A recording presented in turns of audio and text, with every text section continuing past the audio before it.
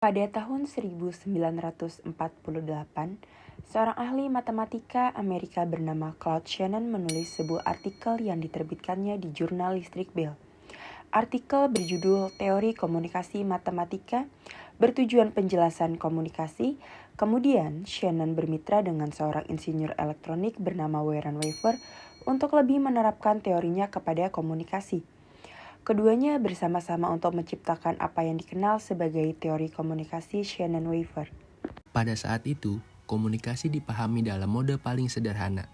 Ada komunikator yang perannya sebagai pengirim pesan, dan komunikan yang perannya adalah menerima pesan yang disampaikan oleh komunikator. Tujuan Shannon dan Weaver adalah menjelaskan konsep itu sedikit lebih mendalam. Shannon dan Weaver mempresentasikan model berikut untuk menjelaskan langkah-langkah komunikasi. Menurut model mereka, ada 8 variabel yang bermain pada komunikasi. Ada sumber, encoder, pesan, saluran, decoder, penerima, kebisingan, dan umpan balik. Untuk memahami model ini secara menyeluruh, kita perlu mendefinisikan setiap elemen kunci. Model ini dimulai dengan sumber komunikasi. 1. Model ini dimulai dengan information source atau sumber. Disinilah asal mula komunikasi. Sumber dapat berupa individu atau kelompok yang memiliki alasan untuk mengkomunikasikan sesuatu. Dengan kata lain, proses komunikasi dimulai ketika seseorang atau kelompok ingin memberikan pesan kepada individu atau kelompok lain. Kedua, encoder. Peran encoder datang setelah sumber komunikasi telah diputuskan. Encoder berperan dalam mengembangkan dan pesan yang akan dikirim dengan mudah dipahami. Lalu ada message.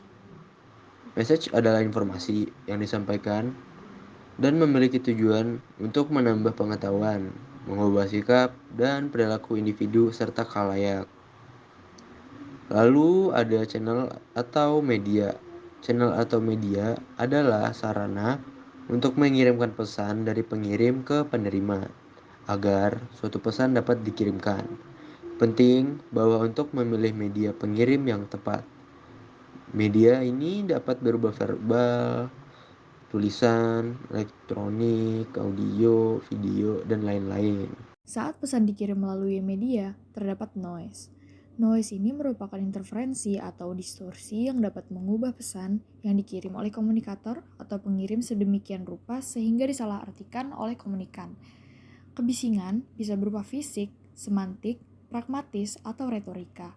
Sebelum pesan mencapai penerima, pesan tersebut harus diterjemahkan dalam bentuk yang dapat dimengerti oleh penerima. Ini adalah sisi lain dari rangkaian tersebut. Receiver adalah penerima pesan yang dikirim oleh komunikator atau pengirim. Feedback adalah ketika penerima memberitahu komunikator bahwa ia menerima pesan dan mengartikannya secara akurat. Shannon dan Weaver menekankan pada bagian model ini karena ini adalah satu-satunya cara bagi komunikator atau pengirim untuk mengetahui apakah proses komunikasi efektif atau tidak. Disinilah model menjadi siklus hingga tahun 1990-an. Model ini membantu menjelaskan mengapa begitu sulit untuk mengambil kursus pendidikan jarak jauh. Selama sekitar 1 abad, ada 2 model pendidikan jarak jauh. Salah satu terdiri dari mengirim paket kepada siswa yang akan membaca teks dan menjawab pertanyaan, dan kemudian mengirim modul kembali untuk dikoreksi. Model lain terdiri dari seorang guru yang akan mengirimkan materi pembelajaran melalui gelombang radio yang ia berikan penjelasan tentang pekerjaan yang harus dilakukan kepada siswa.